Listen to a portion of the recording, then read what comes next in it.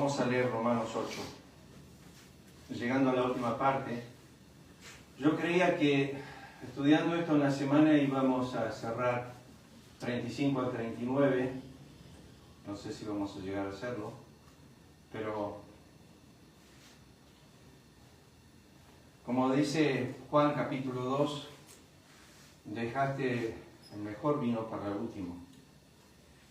No sé si hay una parte de este capítulo que sea menos importante o de mayor valor. Pero comenzamos a llegar al final del capítulo, versículo 35, y la pregunta es ¿quién? Y venimos desarrollando esos quién. ¿Quién acusará? ¿Quién condenará? Estuvimos como 4 semanas en quién condenará, mirando los aspectos de Cristo, que murió, resucitó, que está sentado y que intercede por nosotros. Y la pregunta es ¿quién? Pero déjenme decirles que en el griego la palabra quién se puede traducir como en dirección a una persona o en dirección a una cosa. O sea, se puede decir quién o qué. Aquí, conforme al contexto, es qué. ¿Qué nos separará del amor de Cristo? No quién, sino qué. En los pasajes anteriores, ¿quién acusará? ¿Quién condenará? El quién está usado en ese sentido, hacia una persona. Pero aquí es hacia las circunstancias, que ya Pablo viene desarrollando en el capítulo 8, versículo 28, cuando dice, y sabemos que todas las cosas ayudan a bien. O sea, ya viene hablando de todas las cosas, que luego introduce a los llamados y comienza a hablar acerca de todo lo que Dios ha hecho por los llamados. Nosotros entramos ahora a la pregunta, ¿qué nos separará del amor de Cristo?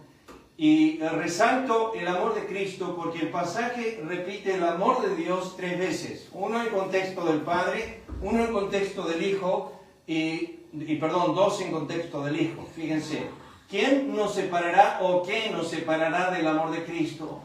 Tribulación, 7 cosas menciona, que no son exhaustivas obviamente, porque luego más abajo en el pasaje Pablo habla más acerca de estas cosas y desarrolla con mayor amplitud, pero aquí comienza con tribulación o angustia, persecución o hambre, desnudez, peligro o espada. Y cuando hace referencia a espada, lo subrayé, porque es un término para muerte. Entonces, ¿qué nos separará del amor de Cristo? Es obvio que en el inmediato contexto Pablo dice, bueno, parece ser que los amados de Dios no son guardados en el tiempo presente ni de tribulación, ni de angustia, ni de persecución, ni de hambre, ni de desnudez, o peligro o espada. Es parte de la aflicción. Filipenses capítulo 1, versículo 29, si ustedes se acuerdan. Os es concedido a causa de Cristo, no solamente que creáis en Él, sino que también padezcáis por causa de Él. ¿Por qué desarrollo la palabra espada? Porque es interesante el tema de muerte dentro del contexto de Pablo. ¿Cómo está escrito? Por causa de ti somos muertos. Vuelvo a subrayar eso, todo el tiempo. He oído acerca de los mártires en todo el mundo que creo que cada 5 minutos hay un creyente que está siendo martirizado en el mundo. Hay un creyente que está sufriendo martirio por causa de Cristo. Como está escrito, por causa de ti somos muertos todo el tiempo. Somos contados como ovejas, y vuelve a utilizar la frase muerte, mataderos, ser llevados a la muerte. Antes, en todas estas cosas somos más que vencedores por medio de aquel, y esta referencia que nos amó en su cruz, es su muerte, en el pasado, cuando nos amó en el Calvario. Entonces, antes, en todas estas cosas somos más que vencedores por medio de aquel que nos amó en su muerte, que eso es algo que él cita a la iglesia de Esmirna. Es interesante cuando uno estudia las 7 iglesias, que a cada iglesia le dice algo personal de sí mismo. A las 7 iglesias, pero a la segunda iglesia, que es la iglesia sufrida, la iglesia de Esmirna, le dice, estuve muerto. Es a la única iglesia que asocia su cruz con ella. Es interesante. ¿Por qué? Porque Él sabe cuánto está sufriendo ella y cuánto va a sufrir. Y es a ella que le dice, no temas en nada lo que vas a padecer. Yo también estuve ahí, yo también estuve muerto, pero vivo. Yo también sufrí. Tu causa, yo la sufrí. Ahora lo único que te estoy pidiendo es que tú sufras mi causa. La tuya es temporal, la mía fue eterna. Yo sufrí tu eterno infierno, vos tenés que sufrir un poquito de tiempo por causa de mí. Yo padecí la ira eterna de Dios sobre ti, sobre mí, a causa de ti. Ahora lo único que te pido es que sufras a causa de mi justicia. Una diferencia enorme. Él sufrió mi pecado, yo sufro por la justicia. Pedro describe eso en capítulo 4 cuando dice, si padecéis haciendo lo malo, ¿qué gloria es? Más si sufrís haciendo lo bueno. Esto es aprobado por Dios. La palabra aprobado ahí es la palabra gracia. Esto es gracia. Gracia es si sufrimos haciendo lo bueno y lo soportamos. Entonces, aquí está la segunda vez que se menciona la palabra amor. Miren, por lo cual, Pablo dice, estoy seguro, y acá vienen los pares, ¿no? Utiliza pares, Pablo, para expresar estas circunstancias de la separación del amor, que ni la muerte, vuelve a mencionarlo, ni la vida. Vamos a extendernos a eso, pero no sé si hoy llegamos.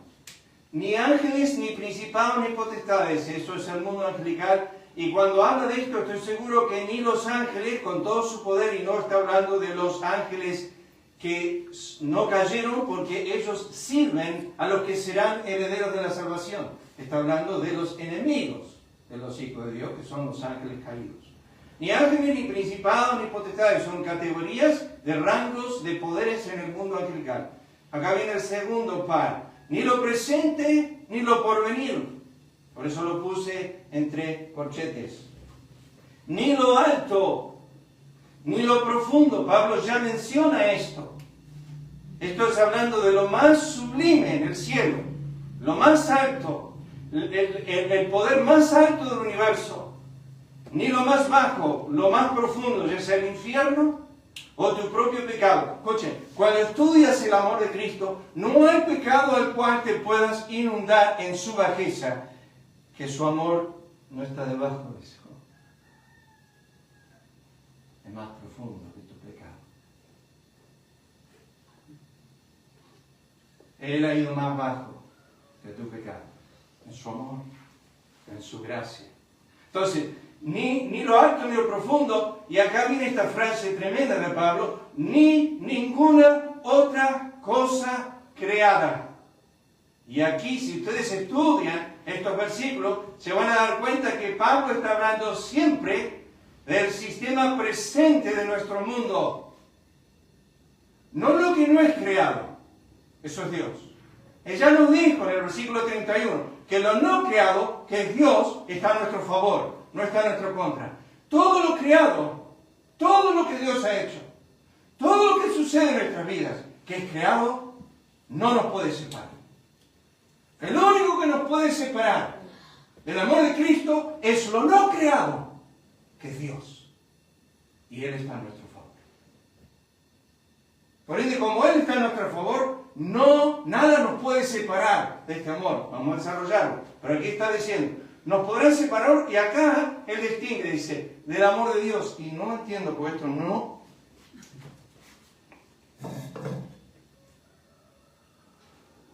La próxima vez que compre, hacer algo mejor. Ninguna otra cosa creada nos podrá separar, y acá Pablo cambia. En vez de decir el amor de Cristo, dice el amor de Dios. Y uno dice, ¿hay diferencia? ¿Yo y el Padre no somos? No hay diferencia.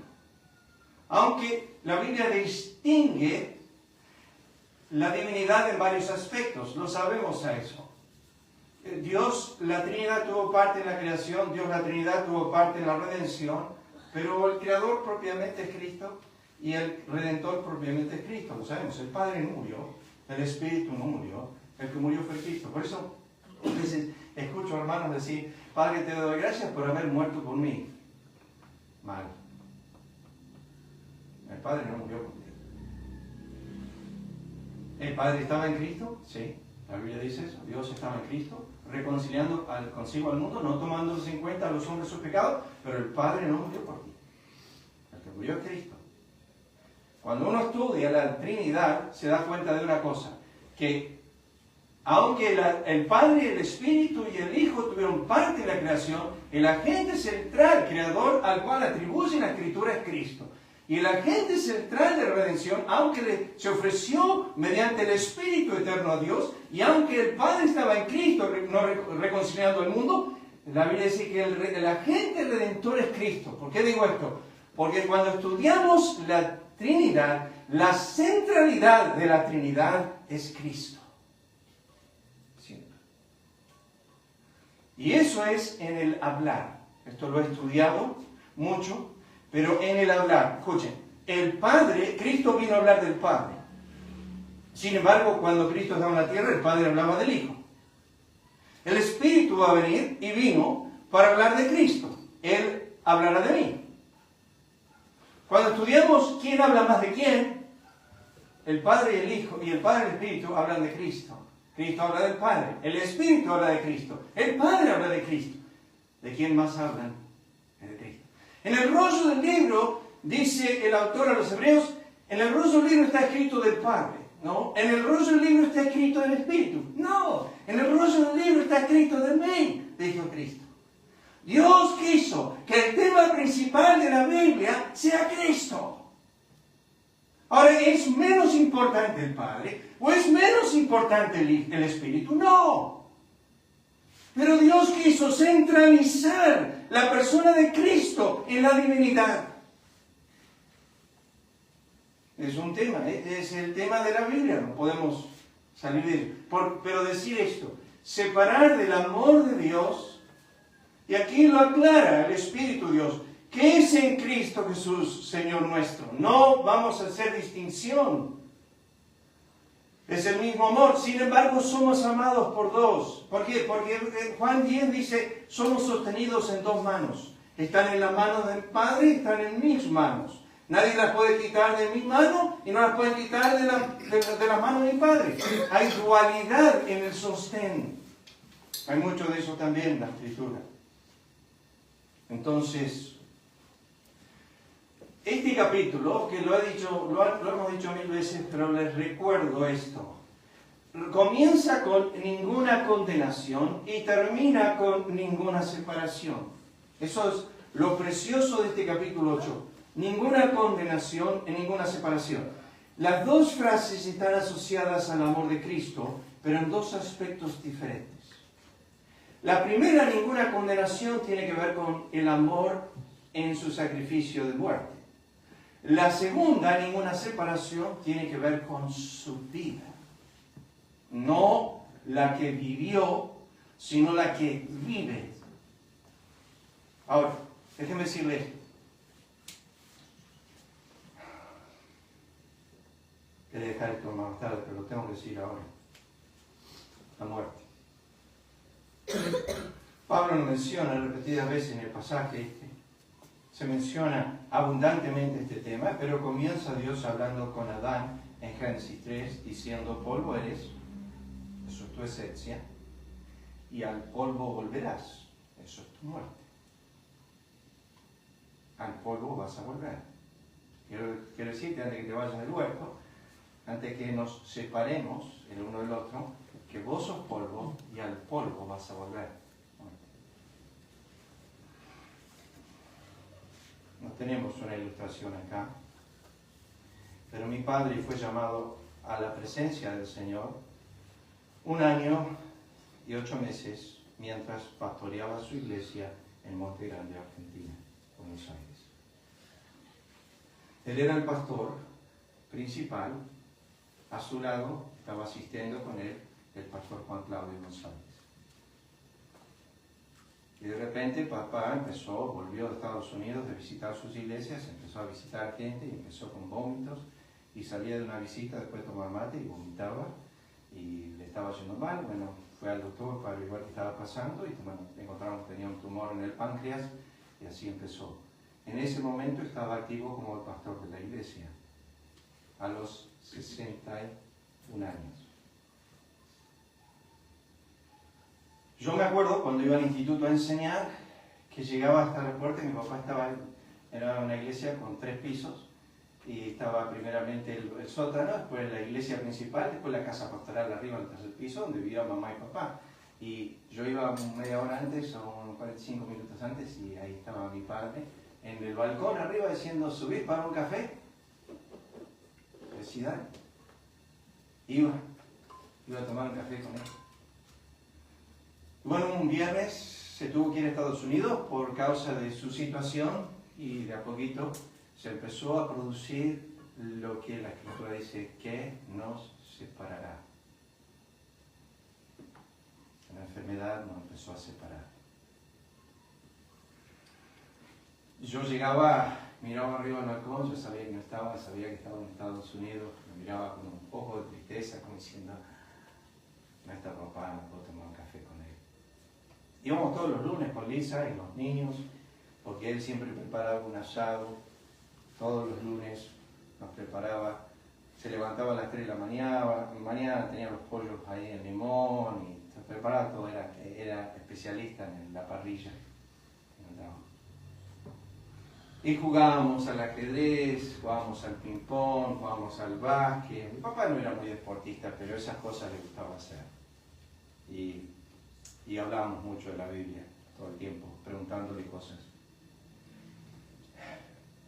Se produjo la separación. ¿Qué fue? La muerte. No había más café para tomar con él, no había más lunes para ir a su casa a hacer un asado y comer con él porque la muerte nos separó. Yo sigo, por así decir, amando a mi padre y yo sigo pensando en él, sigo hablando de él. Sigue el testimonio fuerte de lo que él fue en su vida para con mi corazón, pero la muerte nos separó. Y uno dice, bueno, tenemos la esperanza de 1 Tesalonicenses capítulo 4, sí, lo sé, yo estoy deseando verlo una vez más, pero la muerte nos separó. La Biblia dice que la muerte nos separa de los pensamientos, Salmo 146. En ese día, cuando muere, en ese día dice la Biblia, perecen sus pensamientos. Yo escucho a los impíos hablar de esto y me impresiona. Él dice, nos vemos mañana. Sí, ¿y vos qué sabés? Pues tendrías que haber dicho si Dios quiere. Y hablamos así a la ligera. Mañana nos vemos. No, el mes que viene. Y nos vemos. ¿Vos qué sabés? Y de repente escuchamos, se murió y enseguida nos damos cuenta. Fue separado. Estaba leyendo, un artículo de MacArthur sobre este sermón que estoy dando esta mañana. Y él dice que el doctor Ray Barnhouse, un pastor de años que enseñó Romanos 10 años, por ahí vamos a llegar a eso, Lucas, no estoy seguro todavía, enseñó Romanos 10 años y cuando él estaba enseñando su iglesia, su esposa falleció. Y parece que sus pequeños eran chicos. Y no sabía cómo decirle a los chicos lo que había pasado en una forma clara acerca de la muerte. No sabía. Y venían en el auto y dice, pasó un camión grande. Y cuando pasó el camión, después que pasó el camión, pasó esa sombra del camión. Y dijo, ahí está, Señor, gracias. Miró a sus hijos y dijo, quiero decirles lo que pasó con mamá. ¿Cuántos de ustedes les gustaría, dice, que ese camión que recién pasó nos haya chocado? Yo dije, no, realmente que no. Pero el camión pasó y no lo tocamos. Pero si hubiese tocado a nosotros, ¿qué hubiese pasado? Capaz no hubiésemos muerto. Pero la sombra del camión nos hizo algún daño. No. La Biblia dice que mamá pasó la sombra de la muerte. Y cuando un creyente pasa la eternidad, lo que le toca de la muerte es su sombra nada más. No hay otra cosa. No nos hace daño, no nos lastima. Y quiero decirles esto, cuando una persona se muere, ustedes lo saben, no solamente perecen sus pensamientos, sino que, o si se muere una madre, los hijos pierden una madre. Muere un padre, los hijos pierden un padre. Pero estas semanas pasadas he estado leyendo el libro de MacArthur sobre seguros en los brazos de Dios, de los niños, qué pasa con los niños cuando mueren. Pues tuvo ese conflicto al principio de su ministerio, los hermanos venían y le preguntaban, y teniendo una iglesia tan grande, tenía un montón de familias cuyas familias perdían a sus hijos en la infancia, a veces 2 o 3 meses, algunos tenían por una semana, y tiene historia tras historia en el libro acerca de esto. Y él quería dar una respuesta concisa y correcta, y le decía, no, todos los niños van al cielo, todos los niños van al cielo, pero no tenía fundamento bíblico para dar esa respuesta. Y el problema es la separación. Y él cuenta caso tras caso en su iglesia de madres que después que el hijo se murió, al mes se murieron ellas.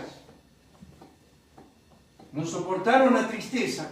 No. La separación que produce la ausencia. Mi mamá seguramente está mirando. Cuando papá murió, ella tenía 63 años y a los 70 me llama y me dice, un hombre me invitó al desayuno. Yo dije, un hombre no te invitó al desayuno. ¿Qué está pasando acá? Y yo, bueno, este hombre me está pidiendo si podemos casarnos. Dije, su esposa murió hace 2 años y bueno, vos ya sabés que papá hace 7. Y yo le dije, pero vos me dijiste que no necesitabas a nadie. Fue muy celoso de mi madre. Y ella me dice, yo te llamo a vos porque si vos no querés que yo me case, no me caso. Ay, no te voy a estar diciendo vos, 70 años lo que tenés que hacer, pero no te casas. No. Y ella me dijo, el motivo esencial es soledad, ausencia. Miren, hermanos, ninguno de nosotros todavía lo ha pasado, creo. Tu papá, tu mamá quizás todavía estén. Algunos ya han perdido algún ser querido.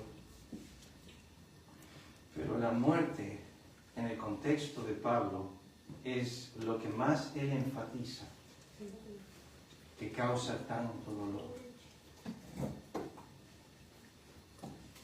La ninguna ponderación se asocia al amor de Cristo y su entrega por nosotros, su muerte expiatoria, su sacrificio, su sustitución, su propiciación, su reconciliación, su redención, en fin, su muerte por nosotros.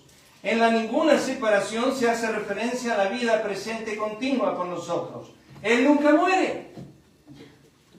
Por ende, nunca hay separación. Porque Él nunca muere. Él murió y esa muerte tuvo que ver con nuestra condenación. Pero ahora dice, ¿qué nos separará del amor de Cristo? Y en el contexto parece ser, y me parece absolutamente bíblico, que cada vez que un creyente es puesto en un horno de aflicción, el que está ahí con él es Cristo. O sea que en realidad las aflicciones lo que hacen es traen a Cristo al creyente, no lo alejan, lo acercan. Años atrás, yo no sé qué me pasó, estaba predicando un mensaje de Juan 15 y me acuerdo que me puse a llorar en una iglesia que estaba visitando y después de terminar de predicar se me acercó el pastor y me dijo, quería decirte algo, que cuando el Padre está podando la vid, es cuando más le duele a la vid, pero es cuando más cerca está el Padre a la vid. Cuando más cerca está, cuando la está podando. Ninguna separación se hace referencia a su vida presente y continua con nosotros. Vive para interceder. Vive en la promesa de su eterna presencia con nosotros. Como dijo, estaré con vosotros siempre hasta el fin del mundo. Y esto lo experimentó Pablo miles de veces, pero en una ocasión, habiendo sido abandonado por la iglesia de Éfeso, por todos los de Asia. Específicamente, él dijo, nadie estuvo a mi lado, pero el Señor estuvo a mi lado y me dio fuerza. Hace unos años atrás, mi padre quería morir en Argentina. Tengo cuidado con esto porque algunos por ahí se ofenden con esto, especialmente los oyentes de internet.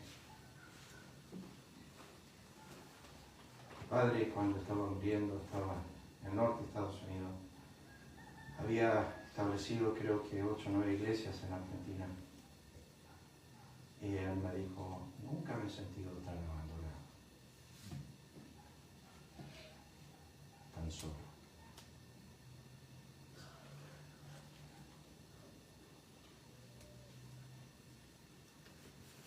Dijo que no quise morir acá. Quise morir en Argentina, pero mamá no conseguía morfina y yo necesitaba morfina.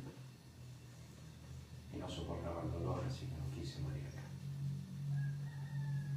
No voy a morir acá. Pero me dijo una vez, y dijo, lo digo una vez y no lo digo más. Es más, dice, lamentablemente mi enfermedad y mi soledad, he tenido varios que me han llamado a criticar porque estoy acá y no yo.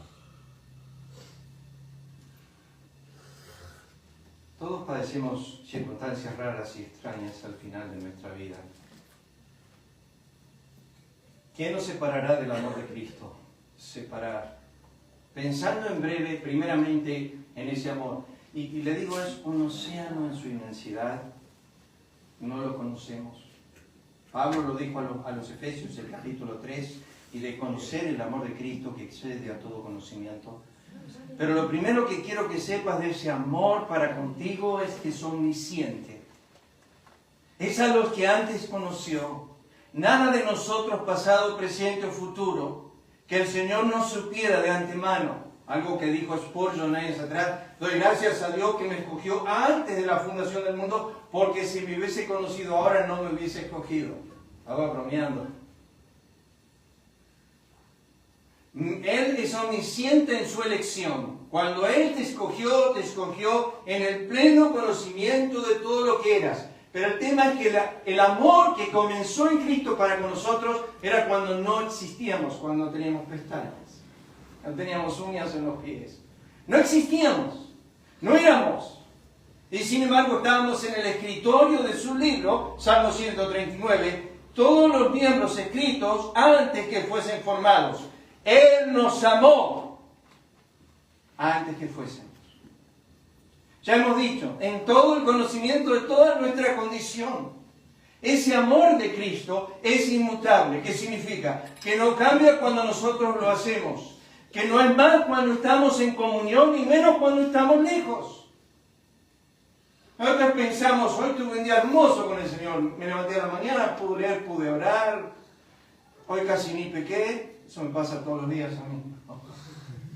Hoy, perdón.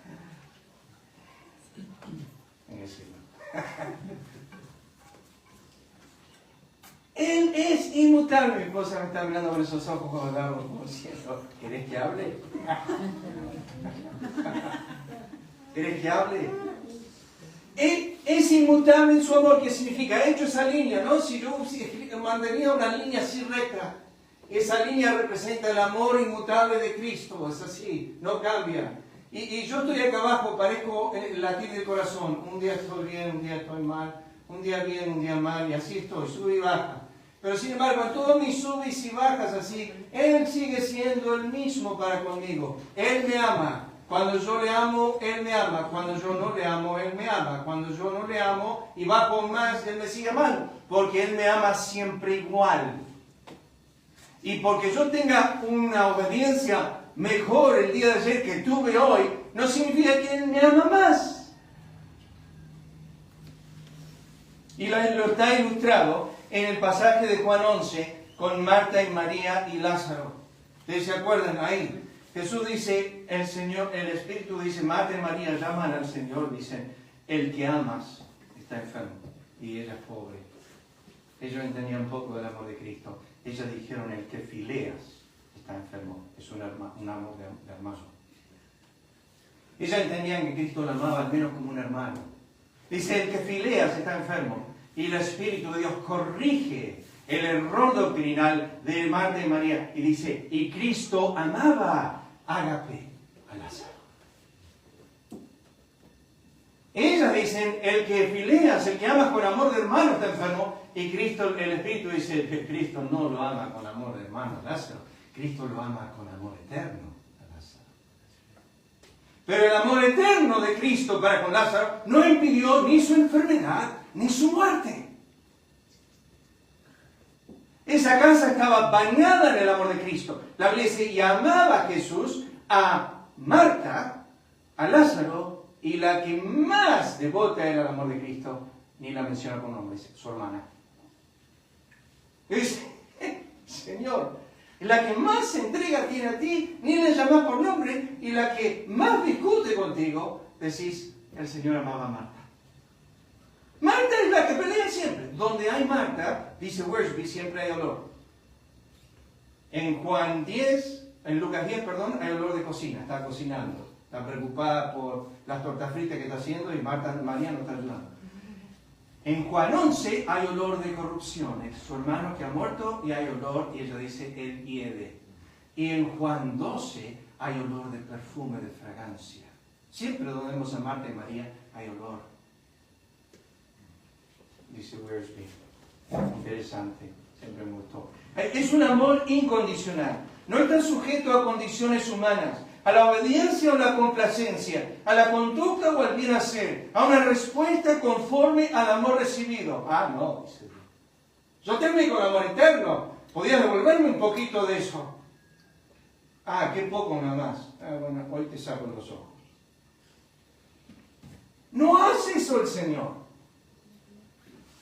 No hace. Y si hay disciplinas, es porque nos ama, dice la Biblia. Porque Jehová, al que ama, disciplina. Es un amor incondicional. Oseas lo dice de esta forma: los amaré de pura gracia. No hay nada en ti digno de ser amado. Lo sé. Está otra vez ilustrado en Juan 11. Marta no era digna de ser amada. Parece que María, podríamos decir, tenía más mérito al amor de Cristo, porque era más entregada a ese amor. Y quiero decirles, hermanos, que hay creyentes así. Hay creyentes que no sabemos nada de ellos, el Señor los ama. Se llaman Lázaro. No tenemos otra cosa de Lázaro que era amigo de Cristo. No sabemos más nada de él. Sabemos mucho de Marta, sabemos mucho de María. Y vemos en María una mujer devota al amor de Cristo. ¿Saben qué? Cristo amaba a todos por igual. Pero hay creyentes que responden más a ese amor que otros. Hay creyentes que son muy sacrificiales en respuesta al amor de Cristo. Se entregan a la lectura, se entregan a la oración, se entregan a la visitación, se ocupan de los hermanos, se preocupan de ellos. Y uno dice, no son todos amados igual. Sí, pero hay creyentes que, qué sé yo, como Lucas capítulo 7, al que fue perdonado mucho, ama mucho. Hay creyentes que entienden que han sido perdonados mucho. Y les quiero decir algo, cruzando un puente listo para suicidarse, un chico llamado Ronaldo Olmes, 17 años, llegó a la casa de su madre y él vivía en la calle. Él tenía padres, pero él no vivía con ellos. Sus padres se habían divorciado, su papá era ateo, su madre temía al Señor. Mi abuelo tomaba un palo de escoba y se lo pegaba en la espalda de mi abuela mientras ella estaba arrodillada orando por sus hijos, y ella no se levantaba, se mantenía arrodillada mientras él la golpeaba. Ella oró sus 4 hijos al reino. 3 de ellos eran alcohólicos, se caían tomando whisky, los 3, ¿quién se sostenía más? ¿Quién ganaba la pelea de cuántos whisky se podía tomar? Mi padre estuvo en la cárcel, mi padre vivió en la calle, probó todo lo que el mundo tenía que ofrecer. Y a los 17 años le entró el himno 109 en nuestros seminarios de los centros bíblicos. Mi Salvador en su bondad al mundo malo descendió, y de hondo abismo de maldad mi alma levantó. Era su himno favorito. Y a los 17 años llegó a la casa de su madre, y su madre lo atendió a él como si fuese un hijo obediente. Era un hijo pródigo. le puso una mesa y me dice, Colby, me atendió como si yo era un rey. Y después cuando terminamos de almorzar me miró y me dijo, le llamaba Peanut, que significa maní, era su apodo. Era el más petizo, aunque no era petizo. Le dijo, maní, vas conmigo este domingo a la iglesia. Y él dijo, por esa muestra de amor que me dio a un hijo tan pródigo, me sentía tan basura. Y le dije, mamá, sí, está bien bueno. Y ese domingo Dios lo llamó por su gracia. No pudo salir del culto. Se fue y se sentó en el auto y estaba bajo tremenda condición. Y le dice a su madre, le dice, mamá, espérame acá que voy a volver. Fue, clamó a Dios por perdón, volvió y era un hombre diferente. 17 años. No sé a qué edad, no me acuerdo bien qué edad fue, vino a la Patagonia, Argentina. Primero a Chile, estuvo un año en Chile, después a la Patagonia. Dieron 37 años de su vida. Era un terrible pecador, pero ese pecador experimentó el profundo amor de Cristo. Habiendo sido amado mucho, perdonado mucho, empezó a amar mucho. Él tenía un hermano que era millonario en dólares. Y ese hermano tenía 2 hijos que estaban totalmente drogados, vivían todo el tiempo drogados.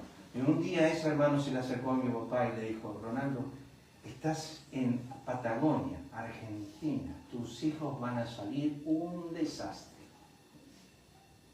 Él dijo, yo oro con mis hijos todos los días, el Señor va a obrar en ellos. Ese hombre, ese hermano de mi papá que se llamaba Ralph, que era millonario, perdió a sus hijos. Tuvieron que ir a instituciones, se volvieron locos por la droga. No tuvo ningún hijo sano. Y el Señor permitió que sus 4 hijos estén en el ministerio. Yo había nacido de lo que el papá llamaba el hijo milagro.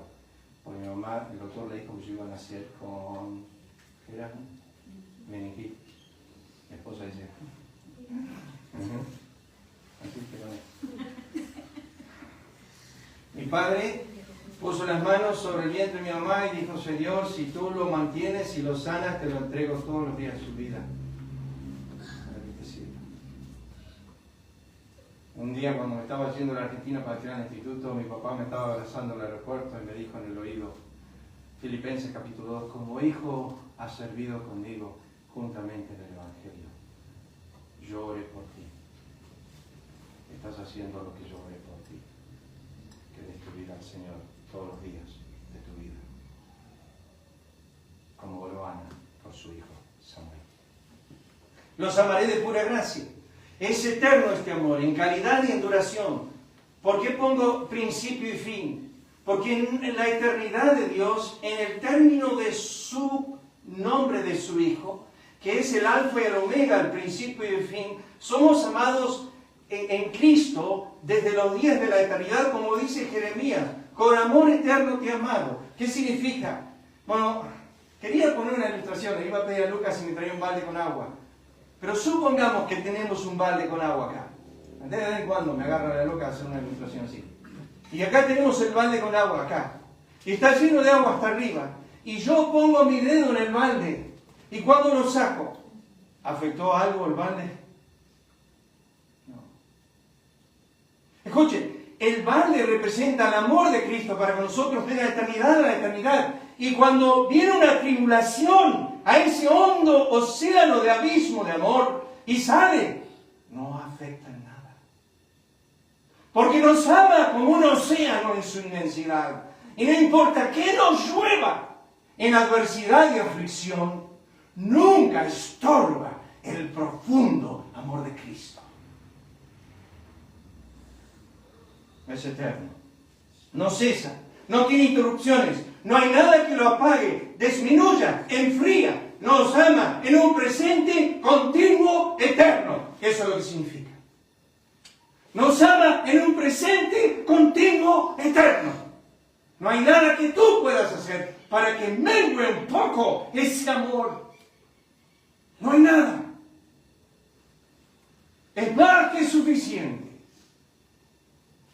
Es incomprensible, porque lo que Pablo dice a los Efesios sobrepasa todo entendimiento. No lo entiendo, nunca lo vas a entender. ¿Cómo puede Dios amar esta basura?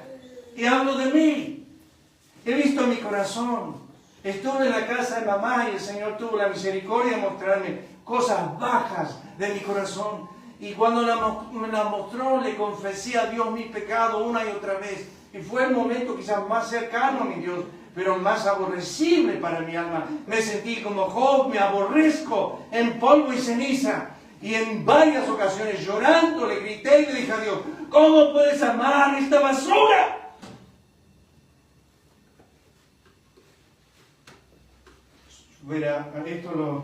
Cuando prediqué hace unos meses atrás, anoté esta nota. El amor de Dios es eterno y por ende nunca deja de ser. 1 Corintios 13:8. Siempre es el mismo, Hebreos 13:8.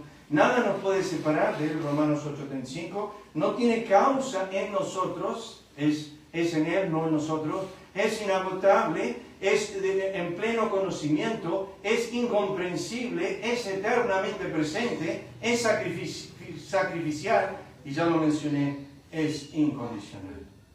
Ahora, déjenme decirles esto. Y quiero que noten esta nota porque me gusta ilustrar lo físico con lo eterno.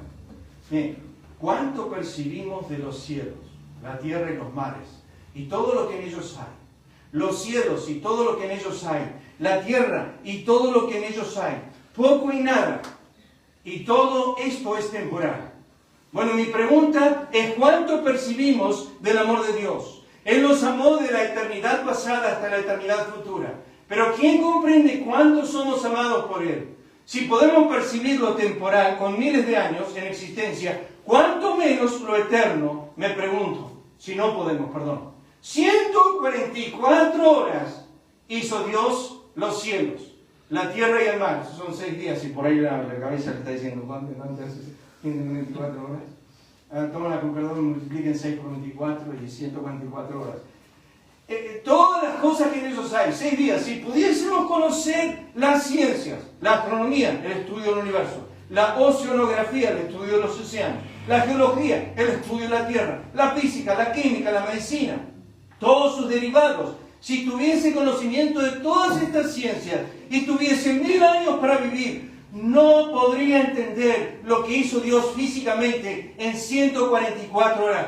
¿Cómo, hermano? ¿Cómo pienso que yo, esta pequeña mente que fue dada una inteligencia finita, diminuta, pueda entender cuán grande es el amor que Dios tiene para conmigo cuando es no horas, no se mide en horas, se mide en una medida que no entendemos ni comprendemos. Se llama eternidad, con amor eterno. Te amado. No sé cuántas horas es eso. No sé cuántos días, no sé cuántas semanas, no sé cuántos meses, no sé cuántos años, no sé cuántos siglos es. No sé nada, cuántos milenios. Es eterno. He sido amado con algo tan glorioso que no puedo empezar a comprender.